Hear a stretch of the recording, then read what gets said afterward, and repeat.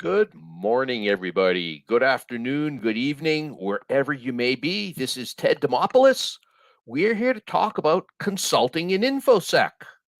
So, first, I want to just address something first of all. There is this dream, which is partially true, right? Consultants are rock stars, they travel the world, they're world class experts, they do meaningful work, lots of freedom, and extremely highly paid. Hey, a lot of this is true. This is true a lot of the time. Reality. I spent an hour yesterday on the phone with a Portuguese airline trying to change a flight. It couldn't be done online. I've got deadlines today. I had a deadline this morning. I'm being texted by one of my favorite clients saying, call me as soon as you can since we started. You don't have a boss. You kind of have multiple bosses, right? Multiple clients to keep happy. And honestly, my best clients are pretty demanding, just like I have of myself. I'm jet lagged right now. Uh, this feast and famine of consulting, a lot of work, sometimes not much work. There's at least some mundane work like dealing with airlines or writing reports. But overall, it's pretty awesome. This dream is a lot of it is true for everybody that consults, but there's a lot of reality as well. Now, who am I to talk about this, right? First of all, I've been a consultant since 1990. I can't believe that long. Clients have ranged from nation states to Fortune 500s to a bunch of startups. And I by far do not know everything. I'm still learning a lot about consulting and way more. When books on consulting come out, when there's webcasts and so forth, I'm tuning in. It's like, is there anything I'm going to learn? Is there anything that's changed? Is there a different point of view? I've been teaching for SANS now for a little over 18 years, which shocks me. Some years, 23, 1 year, 23 weeks, which is insane. I enjoyed every week. Some weeks when I'm doing more traditional consulting, there was 1 year I think I only taught 3 weeks for SANS. And officially, I'm faculty for the SANS Technology Institute as well. I've got a picture of my book there, and I know a lot of you helped me with input on that book cover. I'm not going to talk about how that went. I'm going to say it's sort of released. It's hard to find, but it came out. It's you can buy the Kindle version today. More about that in a second. I also teach classes on successful InfoSec consulting, currently online. Hopefully, we'll be doing this with SANS. We had some scheduled, and then this disruptive event called a pandemic happened, and we're not quite back to that yet, but we're close.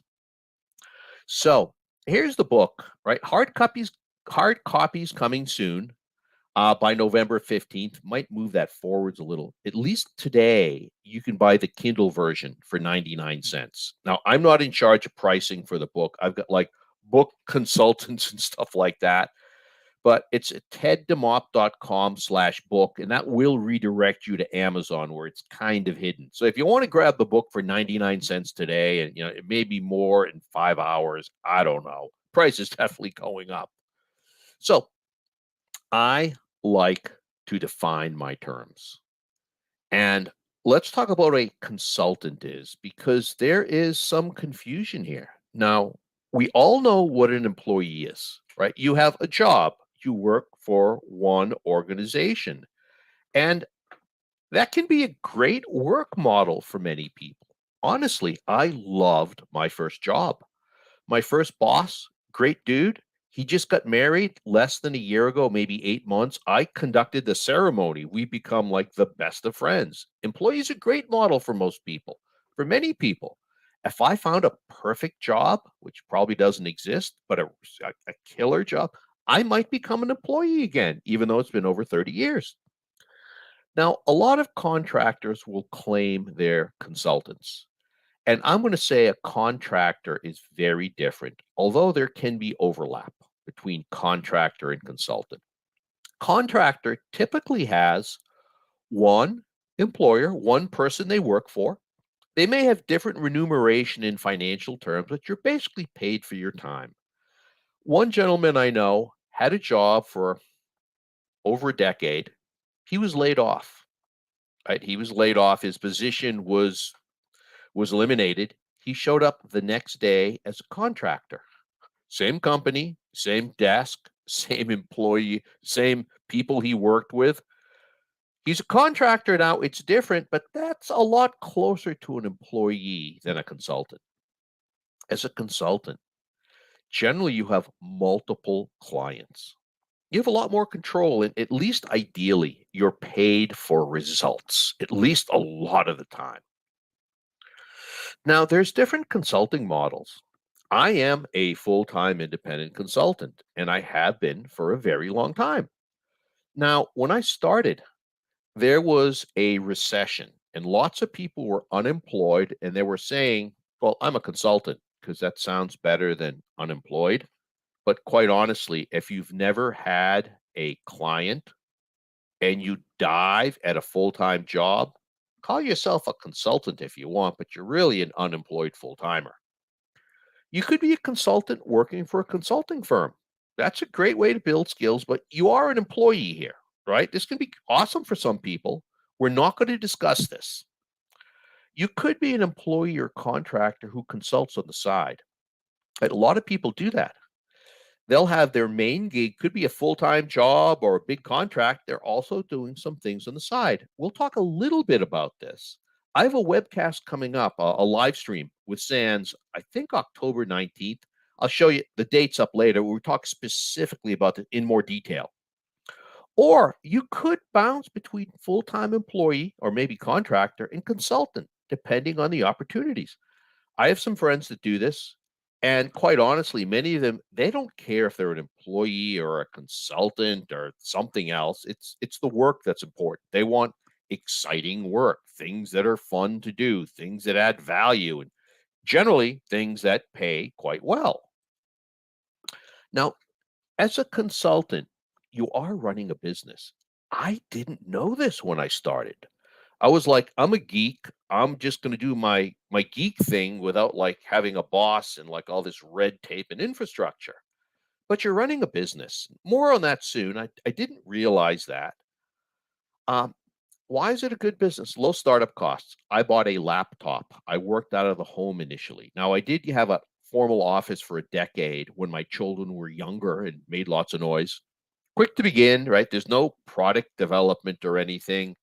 Generally very high net profits, right? My net profits are 80, 90, 95%.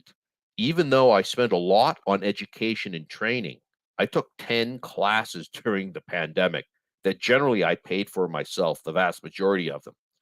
And generally no licensing or degrees or certs, although they can help, they're generally not required. It's definitely a growing field. And it's if you consider yourself an entrepreneur, and not all consultants do, it's a relatively easy way to start.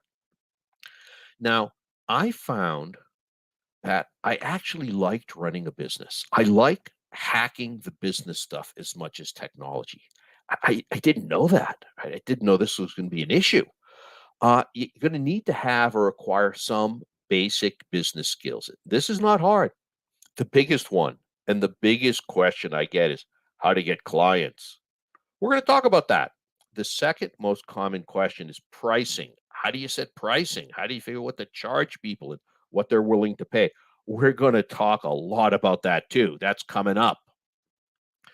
Now, you have to start the business somehow. When I started, I just said, I am Demopoulos Associates. And I didn't do anything, didn't file any paperwork or anything. Eventually, my bank hassled me because the bank account didn't say Demopoulos Associates. It said Theodore James Demopoulos. And it took them 2 years to like hassle me. And it turns out I had to fill in the state of New Hampshire a piece of paper, one piece of paperwork saying I'm doing business as or DBA Demopoulos Associates. $50 for 4 years, right? Things are pretty easy in New Hampshire.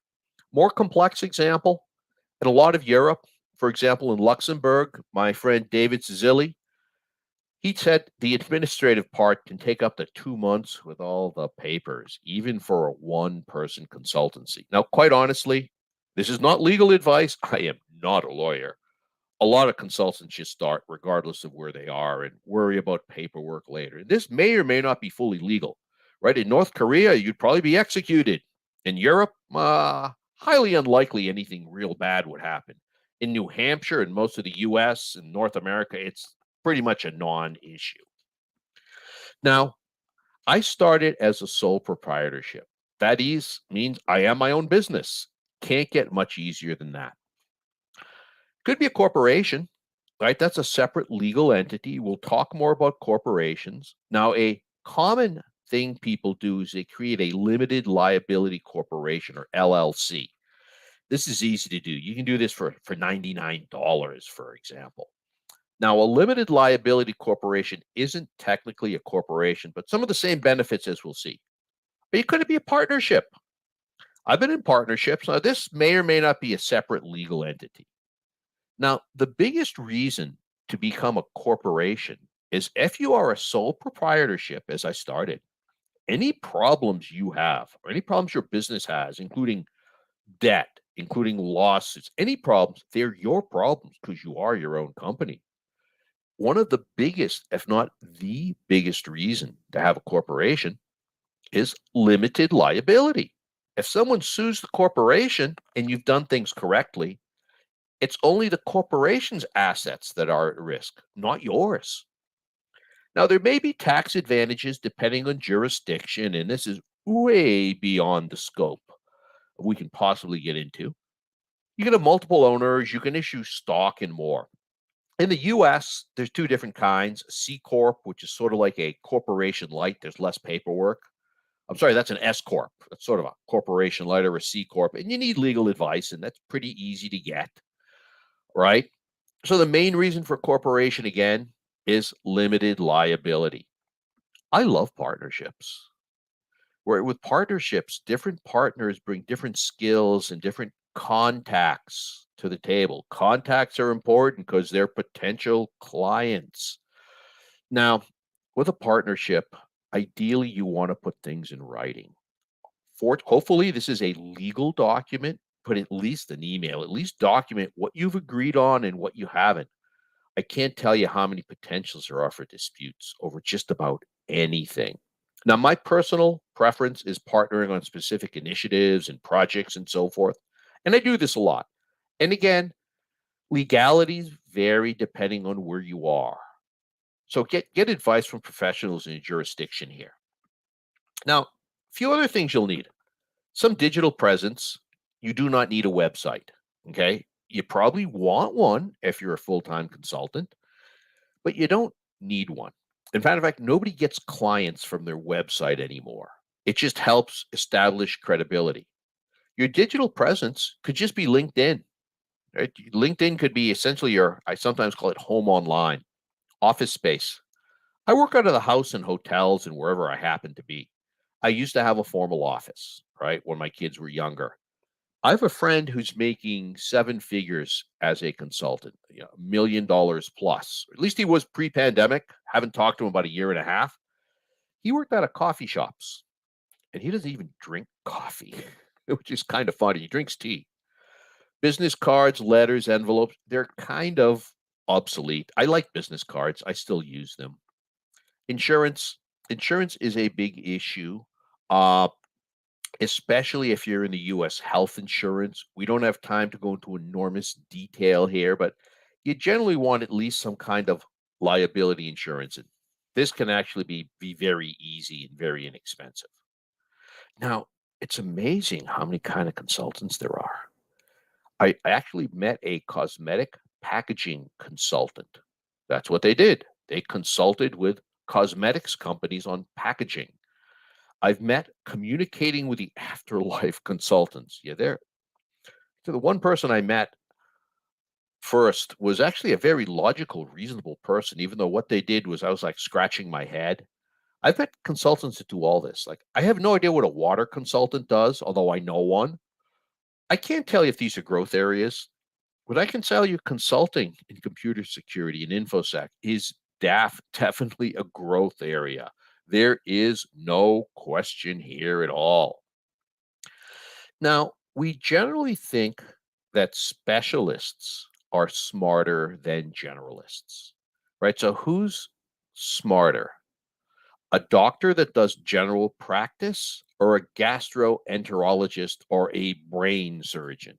Well, we tend to think the specialists are smarter, and they may or may not be smarter people, but probably think they're smarter. And you need to specialize. Now, this doesn't have to limit what you do. This is just what you're opening with. You could buy vertical. I have a friend, he loves working with small businesses. That's the environment he came from. That's his family environment, a bunch of entrepreneurs with small businesses. You might like working in healthcare. My friend Doc Blackburn, he loves working in healthcare. It could be by specialty. Maybe you're a pen tester, or maybe you do cell phone forensics or Linux forensics or something, or it could be both. Right? I've got a friend that does pen testing primarily for financial firms in the Northeast of the United States. Now, talk about pricing. And this is like the second biggest question, and it's an enormous question. So, first, have to explain the concept of market based pricing. It's a real easy concept. It's what other people are charging. So, in front of me, I'm going to grab it. I have a baby pumpkin. Hopefully, you can see it. My daughter bought it while I was traveling. What does a baby pumpkin cost? I think it's a pumpkin. Maybe it's a gourd. I don't know, but there's like a price. There's a range, right? If I buy at the local cheap grocery store, it's going to be less expensive than if I get it at Whole Foods, but there's a range. That's the market price. We say, like, what's a plumber cost? So we can Google this easily. Look in Des Moines, right? There's a range of hourly rates. Average is about $76 an hour. We could also look at fixed rates, project based. And again, this is in Des Moines. I was able to Google this pretty easily. I have friends in Des Moines that tell me, yeah, this is about right. Now, let's say you're well established. You're going to tend to charge higher, right, closer to the top of that range, maybe at the top. What if you're less experienced, so you have a less good reputation? It's going to be closer to the bottom. Now, often consultants will say, well, I'm going to charge less to get started. And that can work, but what if you charge like way less? I know a plumber who charged $25 an hour. 25. Now, this wasn't in Des Moines, this was in Scarborough, Maine. Rates are about the same. 25 an hour, you might wonder, like, why is he charging so little? Is he new? Is he not any good? What's his story? Now, he did wonderful work when he was sober. He was a horrible drunk. In fact, he died younger than me of cirrhosis of the liver, like in his early 50s. Right. So if you charge way lower, people are going to wonder, is there something wrong? And there might be. Now, I love this quote from Forbes. Consulting rates vary dramatically based on your experience and notoriety. Most common is the hourly or time-based rate, maybe daily. I like daily myself, especially if I'm traveling. You do project-based. We'll talk a little bit about project-based. It's based on some sort of estimate, usually, or it could be value-based. You might have a retainer. There's different kinds of retainers. There's other considerations, geography. For example, I know incident handlers in the UK, the market range, the prices are less than in the US. I don't know why, but I know they're less. Some clients have fixed rates. They're usually very fair. In my 30 something years of consulting, the majority of the years I've had at least one good client that paid a fixed but very fair rate, meaning you don't even have to think about it. It's take it or leave it. Now, it's not that easy to Google rates for consultants in Infosec, right? So, how can you figure out pricing? Well, here's a way to get a data point. Now, this is one data point. It's a valuable data point. There's nothing magical here. Something I came up with. Figure out your current job salary. Now, if you don't have a job, job salaries are not hard to look up online. There's lots of surveys. Let's say, just using round numbers, it's $100,000 US a year. And you're working maybe 2,000 hours a year. And I know a lot of you work more, right? That's 50 weeks at 40 an hour. So that's $50 an hour, right? That you're making as an employee. Now, that doesn't include benefits, right? Healthcare if you're in the US, and being paid to go to training and conferences and vacation time and sick time and other things. So you need to at least double that minimum. Some would say triple that. So doubling that, that would be 100 an hour or $800 a day minimum. Some would say 150 or $1,200 a day minimum. Why? Well, first of all, you're not going to be paid for 2,000 hours a year. If you are, that's an anomaly. It's happened a couple years to me. It's just been crazy work, right? You're going to be working fewer hours. You're going to have expenses, right? Uh, Things like training and going to conferences, and no one's going to be paying for your vacation time. Plus, you're theoretically at least having more risk. You deserve more potential reward. Now, again, this just gives you one data point, right? And it's a valuable data point. Now, can you charge more than market range beyond market-based pricing? Yeah, you can. It's not easy. Some people can pull it off. You may able to in some places. There's three reasons you may be able to. One is you're considered an absolute rock star in your field, right? Absolute rock star. And to hire you, somebody has to pay what you want. So, example, let's say I want to hire Dr. Eric Cole as a chief information security officer. I want to hire him as a CISO, whether it's full time or part time as a consultant, maybe a VCISO. First of all, I'd have to convince Eric that the work would be more interesting than what he's doing right now. And if I could convince him to consider it, I'd have to pay him what he wanted, right? There's like, it doesn't matter what the market rate is if you're a total rock star.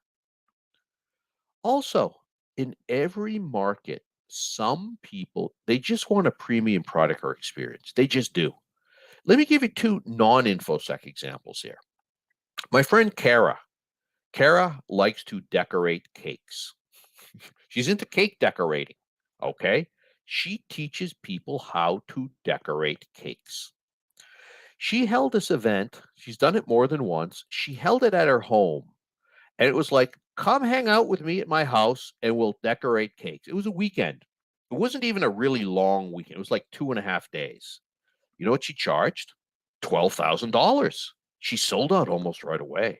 She had a bunch of people in her house decorating cakes. You might say, okay, that's like an investment for a professional cake decorator. Nuh-uh. Most of the people just like to decorate cakes. Um, Using her terminology, okay, she said most of my clients are housewives. They're women. She has a few men, mostly women, who are just into decorating cakes. Another friend of mine held a similar type of event. He charged $20,000 per person. And he was like, no one's going to sign up for this. In the first hour, two people signed up, a husband and wife, for $40,000. And he was like, this is crazy. What am I going to do to deliver enough value to them? When they showed up, they flew in their own jet, jet fuel. I don't know what jet fuel costs, but I'm assuming it costs way more than that $40,000. Some people just want that premium experience or product. They want to pay a lot of money. Also, what if the results are critical? And a slight, even perceived improvement is worth a lot. Now, I'm not going to go into a lot of detail here, but yesterday I was in the hospital for a while. Nothing life threatening. I still expect to be around a few more decades, hopefully 40 or 50. Now, I have a follow up with a doctor. It's something potentially life threatening. Anything's potentially life threatening, right? You could walk down the street and be hit in the head with a piano. But if I really thought my life was at risk, I would want the best doctor. I don't care what he costs. I don't care if insurance costs, if it might save my life, right? Market rate doesn't matter. Maybe you can keep the CEO out of jail or keep the company out of the headline news. Now, got to be honest, it's not just about the money. Money matters. I have 3 kids in college right now. So far, I'm paying cash for their tuition. For those of you outside of North America, it's really expensive. But my focus has never been on maximizing income, although income certainly does matter. Now, sometimes you need a proposal for work. Be honest, I don't like writing proposals. So you know what? I'm a consultant. I have a lot of freedom. I don't write formal proposal. It's really uncommon. Now, the ideal proposal is merely a formality. You already have an agreement, at least in principle, right? You've got an agreement. I'm going to do this work for you. We've talked about this, and this is how it's going to work. And you simply documenting it, right? Often I'll do it in an email. Now, I may spend half a day writing the email, but it's not spending days or weeks on a formal proposal. If it's not a formality, or even sometimes when it is, I'll always give three choices in my proposal, which again is often an email. Simple psychology. If you only have one choice, it's yes or no. Accept it or don't, or ignore, which is essentially no. If it's if you have three choices, then there's three choices for a yes. The medium level is generally what I want. It's what I expect them to do. It's hopefully what we've discussed. The low is at a bare minimum. I think this is what we do. This is like the minimum I think is logical to do. And the high level is in a perfect world, this is what I think we should do. Now, they'll usually pick the medium level if they go for something. And if you already have an agreement in principle, it's not a no-brainer always, but it very often is.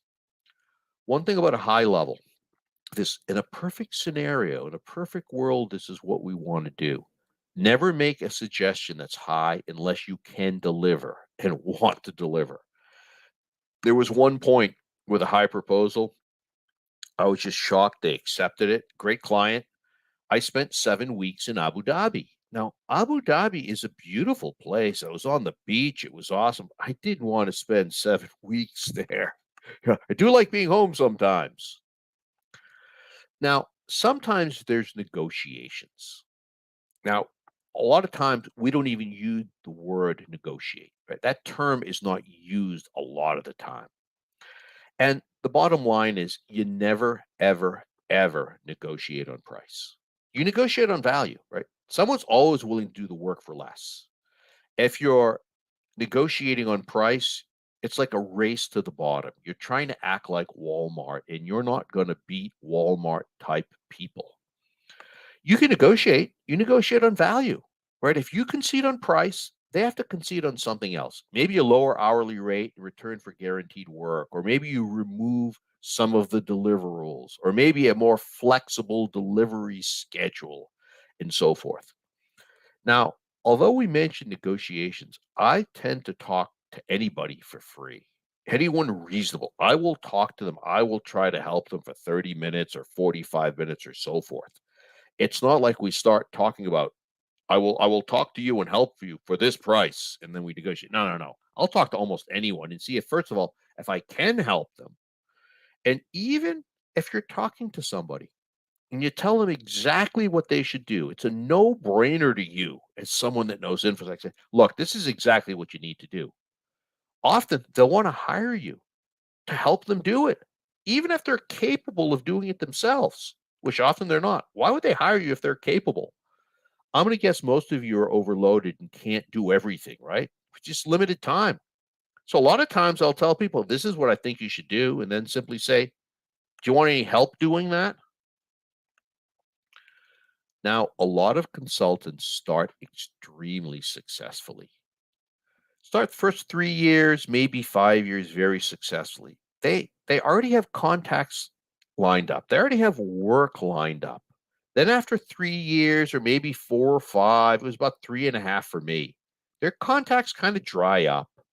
And instead of being real busy, you can't really remember when you were busy. So you need to keep a steady stream of potential new or re-engaged clients in the pipeline. That's a term they generally use in the pipeline, things incoming, and some of them are going to work out. Now, I mentioned you might have a lot of great paying work when you start, right? You concentrate on doing a great job, doing a superb job, delivering enormous value to your clients, just like if you have a full-time job. And you can't imagine ever not being busy. There's so much great work. Then you finish the work. You haven't been doing anything to get new clients or raise your visibility, right? And you have little or no work, and you barely remember the glory days not that long ago. You have a long, slow period. Maybe you take a full time job. There's nothing wrong with taking a full time job, but taking one out of desperation, out of worrying, that's not so good. Now, let's talk about getting clients. There's so many questions on getting clients. There's lots of ways to get clients. In my book, I go into 11 ways. Let's talk about 5 primary ways. Okay. Got them listed here. Let's talk about each of them. First, the most likely people to hire you are people that have worked with you before, right? Whether it's as a full time employee or absolutely as a consultant. Why? They know your strengths, they know your weaknesses, right? They hopefully know that you're really good. There's less risk in someone hiring a consultant they've worked with before. I say it's much easier to convince someone. Often they're trying to convince you to come work with them. Now, no doubt you've worked with others before, right? Who are they?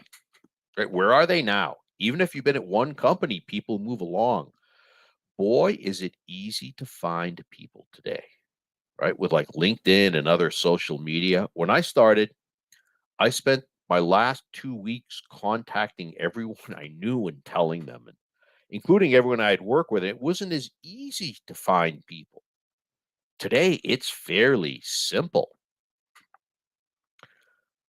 Second way is referrals. A referral is simply a trusted party referring another trusted party, right? A friend introducing a friend. You ask for referrals, right? In your local community, you can ask your accountant and doctor and attorney.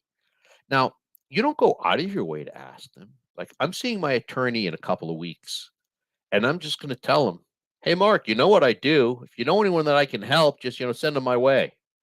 Right? Same with accountants, doctors, and so forth. Now, this is more likely to work if you're in more of a metropolitan area than in somewhat rural New Hampshire, but it does work. Also, a great thing to do is in existing clients, get referrals. I've done this, including in the Sands Institute. Yeah, and you don't say, "Hey, is there anyone else here that like might want to pay me money you can introduce me to?" Right? That's not the best way to approach it, although that can work. But something like anyone else you can introduce me to that I can help or that I can provide value to. Because as a consultant, your job, your number one job is helping people, helping your clients, providing value. Volunteering is another way. It's not as quick as people you've worked with before. It's not as quick as referrals, but it's a great way. And I'll tell you, people are always looking for volunteers. Infosec, conferences and user groups and so forth, very commonly looking for volunteers, right? All of the there, I just saw on Twitter there was one of the B-sides was looking for a volunteer very recently, for example. There's lots of user groups and so forth. Even if you're a newbie, you're going to meet and interact with senior people, right? And you're interacting as peers. You're all volunteers. Now they qualify as people you've worked with, right? They're more likely to hire you. Now, my suggestion is volunteering for the same organization, right, for more than a year, over and over. Also, saying it's like you work with, DEF CON or the SENS, whoever. It does add a lot of credibility. Now, you can also volunteer for various good causes, charities, and so forth. In fact, in great many organizations, including most Fortune 500s, they encourage their executives to do this. So often you're going to work with high level executives and others as peers. Generally, they can't hire you, but they might be able to refer you to someone that does. In one case, somebody contacted me and I was like, how'd you hear about me? And their boss's boss had said, call Ted. Do you think if someone's boss's boss recommends you, right, refers you, maybe because you volunteered with them, as in this case, there's going to be any discussion on whether you're qualified or how much you charge? It's like, no, the question is, are you available? Can you help us? Now, you should volunteer because you believe in the cause. I volunteered, for example, with Special Olympics in New Hampshire in the past because I believe in the cause. If I didn't travel as much as I did, I would volunteer locally a lot more. We have an InfoSec community in Portland, Maine. I almost never show up to the meetings with all the problems we've had with COVID and so forth. And I can't be an officer because I just travel so much, but I have volunteered for some things. For example, when they had a group studying for the CISSP certification, I said, I can come in for an hour or two and help people with crypto. I know the crypto on that exam pretty well. I can come help with that. So I do volunteer for sure. Speaking, lot of consultants get their work through speaking. Now, some of you can say, I can't speak. Maybe I have nothing to speak about, or I'm terrified of speaking. Okay, first of all, anyone can speak. It's not that hard. You might be scared in the beginning. I've had 2 talks I've given in the last year. I was actually quite afraid. Let's say I was anxious. Usually I'm not because I've done it a bunch. But it's not that hard. Even if you're like a relative newbie, you have experiences that you can share, right? And as a speaker, you don't have to be a great speaker, but you're considered an instant expert and you have high visibility. And it's not just the people that saw you speak at all. It's the fact that you spoke. It's like I could list 5 places I've spoken in the last, year or so. And that just the fact that I'm a speaker makes people consider me an expert. The fact that I was accepted and spoke. I gave one classic talk. This was a Microsoft conference in it was in Waltham, Massachusetts. It was over a weekend. It was on application programming. I was the one speaker on security. I spoke last Sunday, the last speaker. And they gave me the worst slot. They didn't particularly care about security. I had 4 people in my talk. One of them was snoring quite literally loudly. I thought of playfully tossing things at them, but I didn't want to disrupt them. The 3 people that were there, they seemed interested. They seemed very interested, to be quite honest. And a friend of mine afterwards, when I spoke at Microsoft, almost nobody was there. It was kind of a waste of time. I said, it was good for those 3. He was like, dude, you spoke at Microsoft. You spoke at this Microsoft conference. This is a big deal. It doesn't matter if anyone was there. The fact that you did it positions you as an expert, gives you visibility, and it did. Writing. Like a speaker, a writer is considered an expert. There's a lot of things you can write or author that give you credibility and visibility as a consultant. I have someone that contacted me yesterday or the day before. He's considering consulting in a new field. He may actually be listening here. I owe you an email. He's 82. He's going into a new field. And what I'm going to tell him is just start writing, just start publishing things, right? That's a great way to start. Now, if you write a book, that's awesome, but you can write like articles and put them on LinkedIn and other places. They give you a lot of credibility. I was always a horrific writer. I hated writing. English is not my first language. Um, I was a math major. You know why? No labs, which you have to write up, no papers. And I'm old enough that you couldn't really be a computer science major. It could be a minor, but so I did math because there was no writing. I've learned that, hey, I don't mind writing if people don't force me to. And I'm not going to say I'm a great writer, but I'm so much better than I used to be. And there's things like editors and so forth, right? Writing. Um, Friend of mine, Ken Hartman, wrote a paper. Now, this was as part of a SANS certification. It was called, I think, BitTorrent and Digital Contraband. It's in the SANS reading room. He tracked over $50,000 in income from that one paper. This was initial work, not ongoing work. Now, which techniques will work for you? The answer is, I don't know. And you don't know either, right? You don't know what's going to work. So try multiple techniques. And there's bound to be something you like doing, right? Maybe it's something I didn't listen. Maybe you're publishing, but maybe they're YouTube videos. Maybe they're screen capture on doing capture the flag or something, right? Anything that gets you visibility. Now, I used to get a lot of clients through speaking. I still get some. I'm getting more through writing right now. When I first began, you know where all my first clients came from? They were people I had originally worked from and so forth. right? So there's bound to be some things that you don't like, you don't mind doing. They're kind of fun. Like speaking for me is fun, right? Writing for me is not as much fun, although I enjoy having written. I don't mind doing it.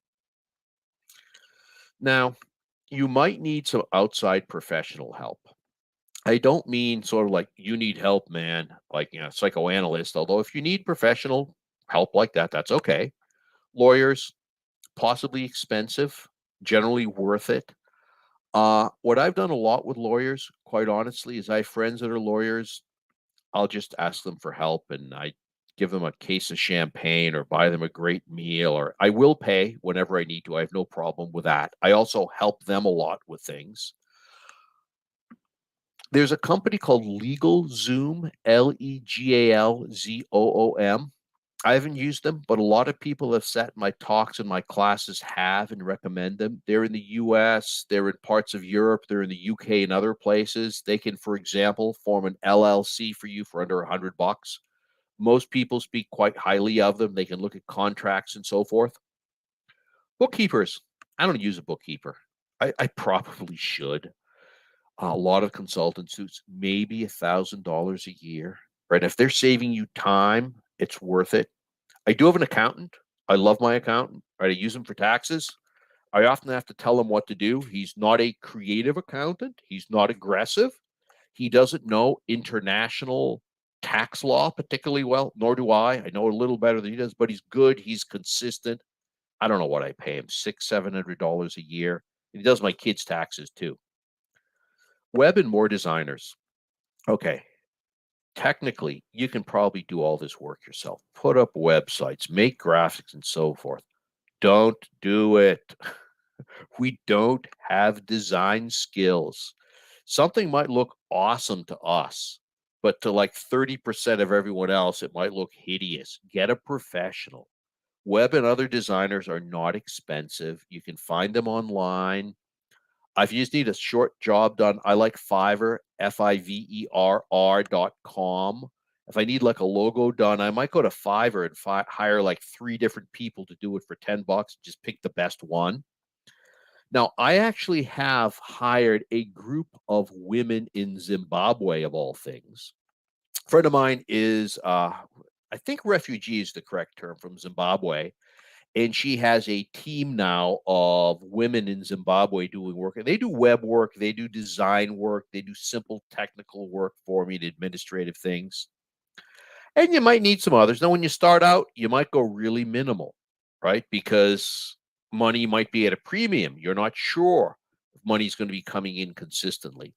But longer term, you want to use as much outside professional help so you can concentrate on what you're good at, right? What you're great at, and what probably is making more money for you on an hourly rate than spending time on bookkeeping, on web design, and so forth. Now, one very important thing is you have to always be marketing. Marketing. What's marketing? Okay, I'm going to define marketing as just making yourself visible in a positive light. How do you make yourself visible in a positive light? By doing good things, by providing value, by giving talks, by giving webinars, by volunteering, by helping people, by writing things, right? Now, you should always be doing something to make yourself visible. Now, the kind of rule is you should spend 20% of your time on this. 20%. Man, this is hard sometimes. This is especially important when you're really busy, because that busyness is going to end sometime. So, presumably next week, I'm teaching a SANS boot camp in Stockholm. I'm pretty sure I am. Slightly up in the air, looking at flights. There's a few confusing things.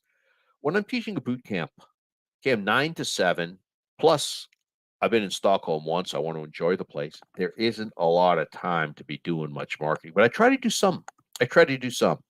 There's some weeks I'm always working on marketing, right? This talk, I'm having fun here. Hopefully you're having fun listening. This constitutes marketing. Lots of options, right? There's bound to be something you like doing. I spend a lot of time on Twitter. Does that help a lot? It helps a little, for sure. Yeah, for sure. Now, you also have to always be learning, right? If you want to be in a field where you don't need to worry much about things, right? It's just like things aren't changing. You're in the wrong field, whether you're a consultant or not. There's all kinds of education available, right? There's a lot of free and inexpensive education, right? Coursera is phenomenal, right? Classes from hundreds of the top universities and colleges for free. MIT Open Courseware, everything from the Massachusetts Institute of Technology for free, all their courses. You don't get a degree. That would cost you a few $100,000 probably if they accepted you. Lots of conferences.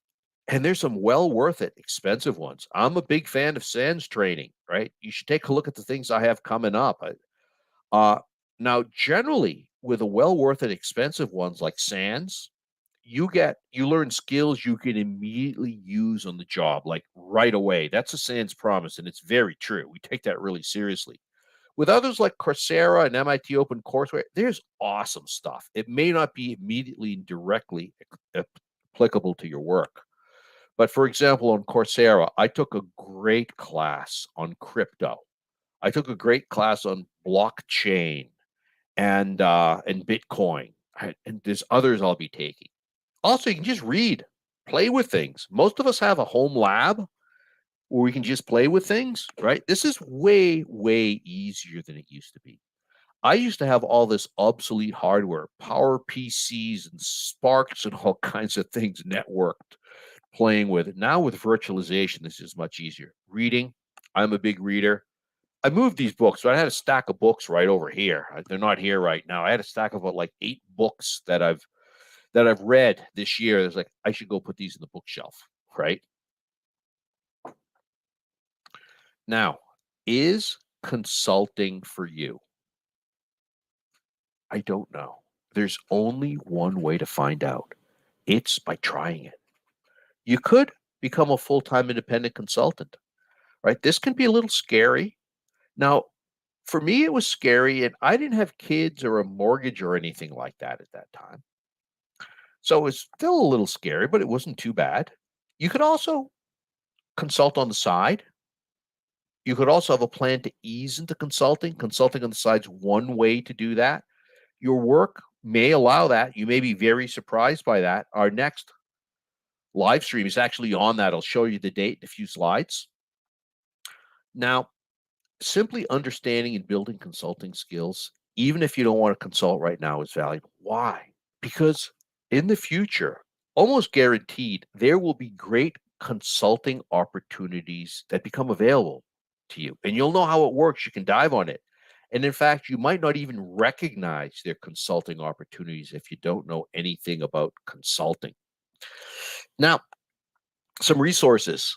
I said we have another live stream coming up, right? This is called Easing into Consulting, Consulting on the Side and Other Approaches.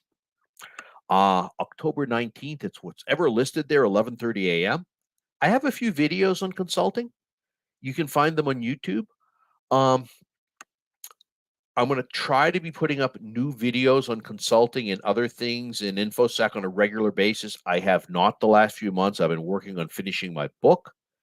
Some of you may know I ran an Infosec Consulting and Entrepreneurial Conference last year. I'm probably going to do it next year, Q1. I'm actually in talks with people about that right now. And the plan is free. SANS may help me out. I had a lot of SANS people in that. The plan is free. It'll be online, probably mostly pre-recorded, maybe a small fee if you want, like, transcripts or something to help defray my costs because I'm outsourcing a lot of the work. Feel free to follow me on Twitter, connect with me on LinkedIn, and so forth. And of course, my book's actually done now. It's taken me forever. Hard copy is going to be coming soon, right? The ship date officially is November 15th on Amazon. That may move forwards.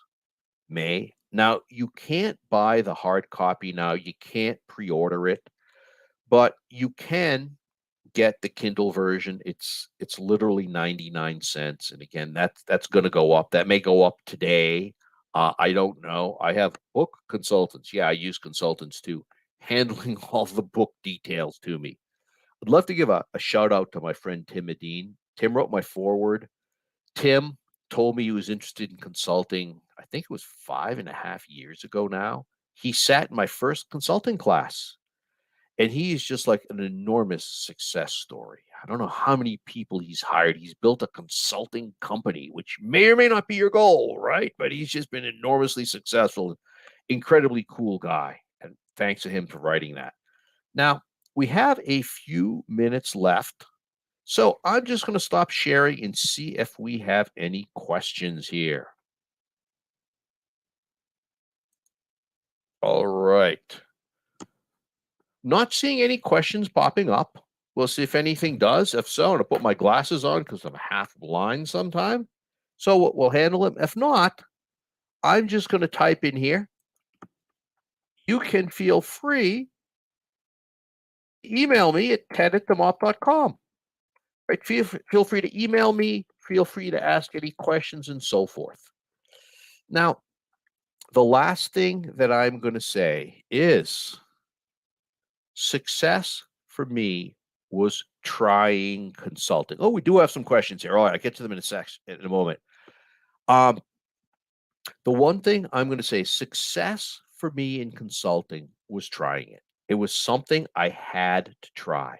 Now, let's say I tried consulting and I wasn't successful or didn't like it for whatever reason. Maybe I didn't like consulting. Maybe I liked having a boss and the promise of a steady paycheck and so forth. Maybe I didn't like having multiple clients and dealing with a business aspect. Well, I tried it. It was something I had to try, right? Success for me was trying it. It's like I ran an ultra marathon once, 31 miles this year, actually, in the mountains. I may never do that again, but success was just trying it, finish it or not finishing it. And I know that's true for a lot of people. So, question from Chris: is it possible and feasible to do an out of the hours consulting to work alongside a 9 to 5? Yeah, it absolutely is, Chris. It absolutely is. A lot of people do this. Uh, Two reasons this is easier today than it used to be. One, a lot of us are working remotely, right? Which makes it more flexible and more easy.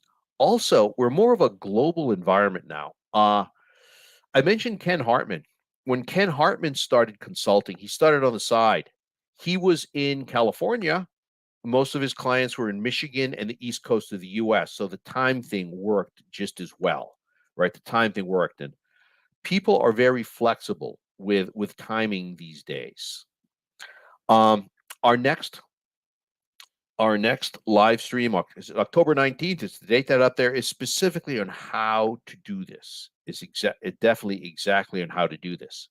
Now, if you've just graduated in cybersecurity, my strong recommendation is get 3 to 5 years of experience before you start as a consultant. Okay. You don't have to. People do it with less. But in 3 to 5 years, there's a couple of things that you get. One, you get some experience, right? Experience is good, both because you can say, and it's obvious you have the experience, and you learn things, obviously. And secondly, you learn, you get contacts, you work with people, and they're your most likely clients going forwards, right? They're your most likely clients going forwards. Now I'm taking a look to make sure I didn't miss any others as well. All right. So thank you everyone for being here. We're within, according to my clock, 3 minutes of the end. I'd like to thank everyone. And again, any other questions that pop up, oh, we might have one more. You can absolutely feel free to email me. Okay, absolutely. I am around and I answer questions very much. And with that, thank you, everybody. And thank you to the SANS Institute and Stephen for all of the help here.